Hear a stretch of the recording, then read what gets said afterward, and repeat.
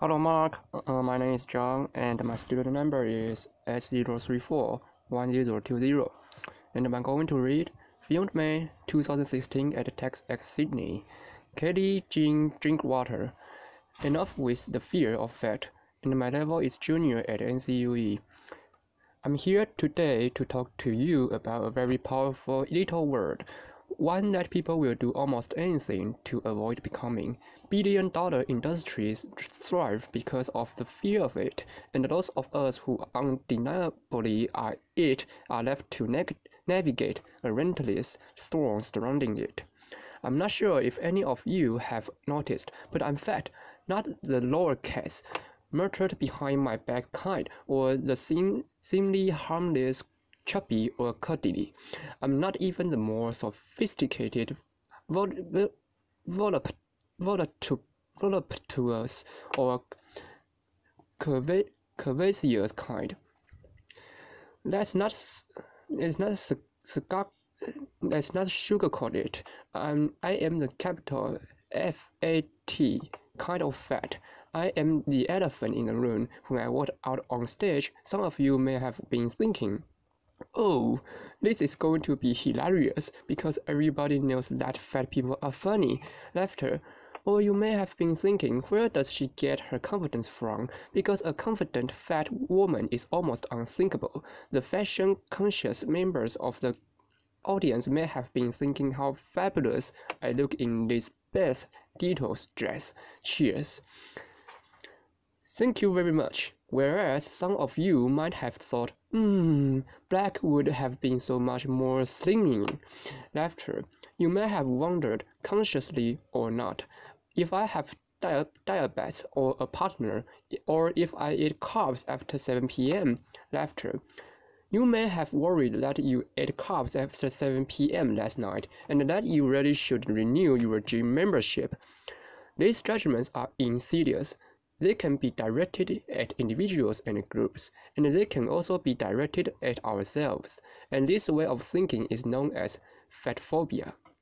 Like any form of systematic oppression, fatphobia is deeply rooted in complex structures like capitalism, patriarchy, and racism, and that can make it really difficult to see, let alone challenging.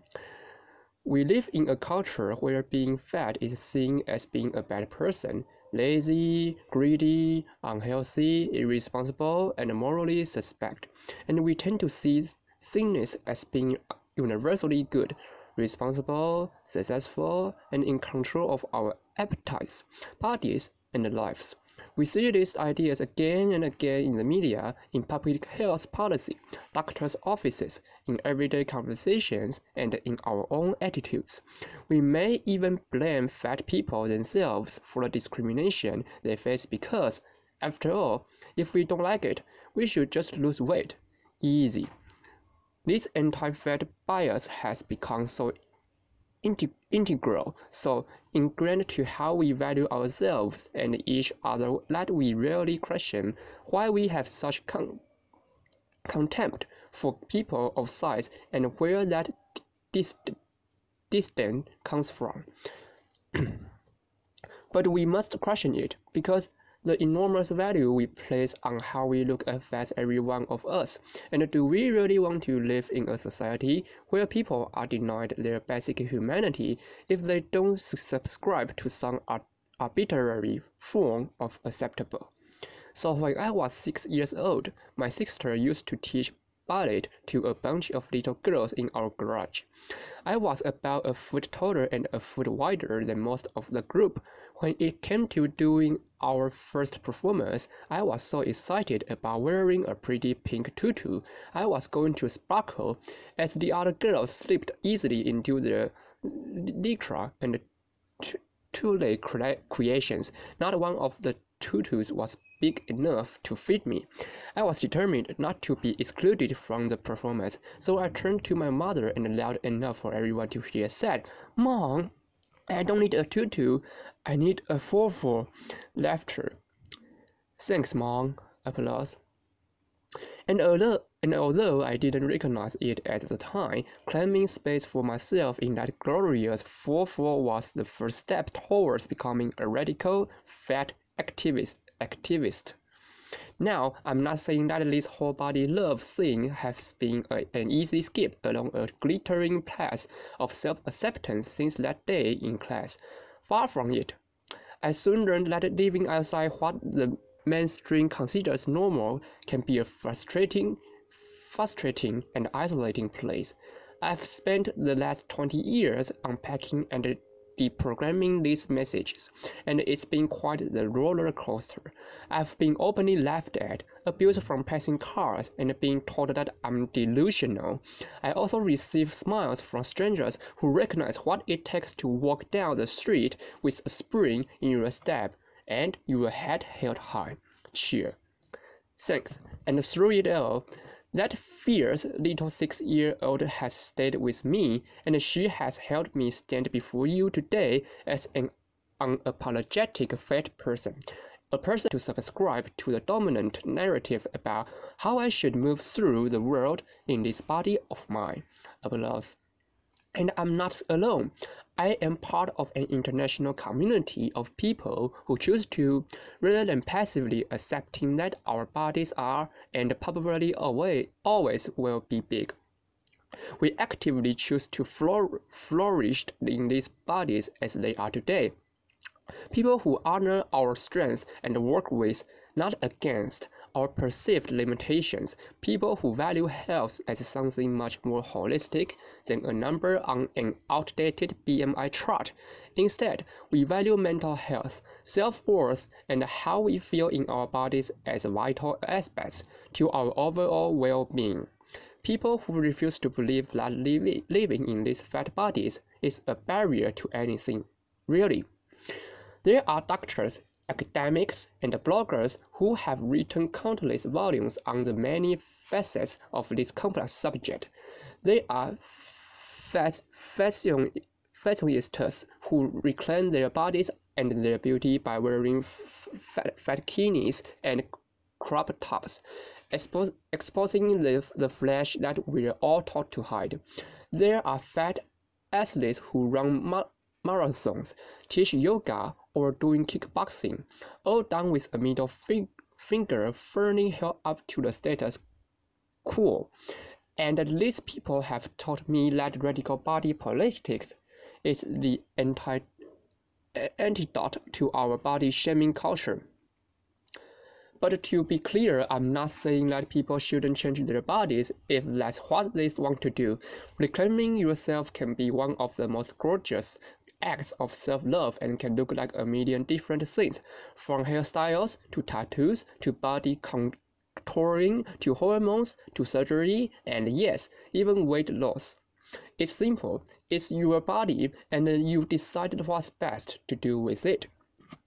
My way of engaging in activism is by doing all the things that we fatties aren't supposed to do, and there's a lot of them. Inviting other people to join me and then making art about it.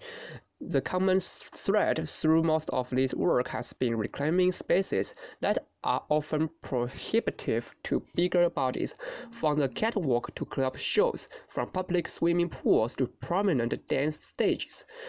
And reclaiming spaces, I must say, is not only a powerful artistic statement, but a radical community-building approach.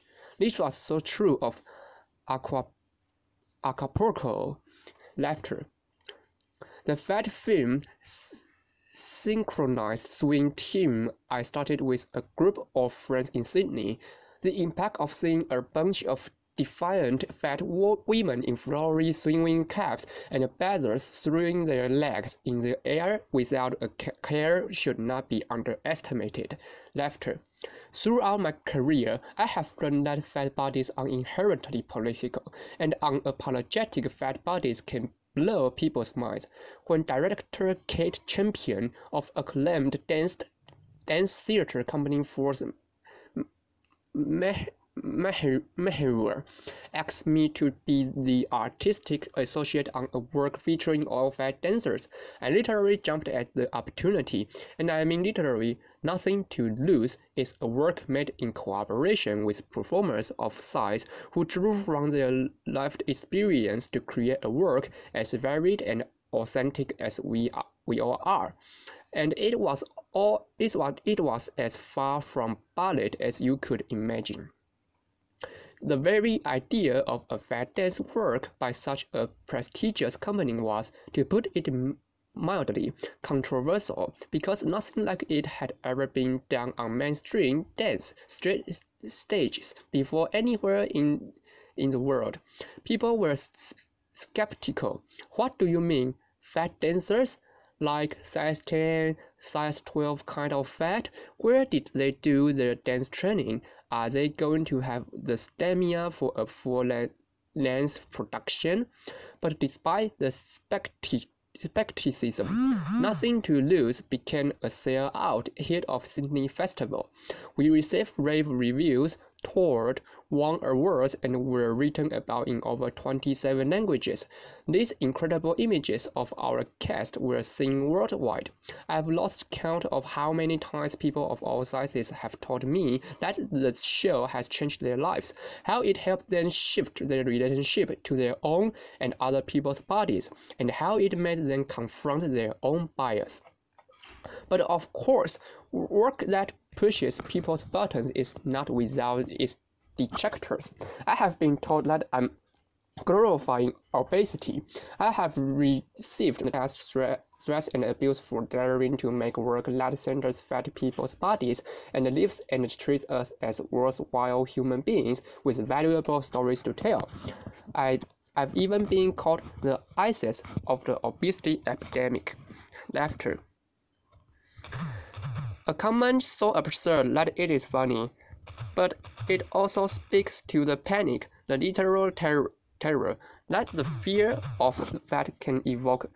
It is this fear that's feeding the diet industry, which is keeping so many of us from making peace with our own bodies, for waiting to be the after photo before we truly start to live our lives.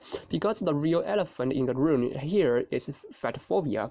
Fat activism refuses to indulge this fear. By advocating for self-determination and respect for all of us, we can shift society's reluctance to embrace diversity and start to celebrate the myriad ways there are to have a body. Thank you. Applause.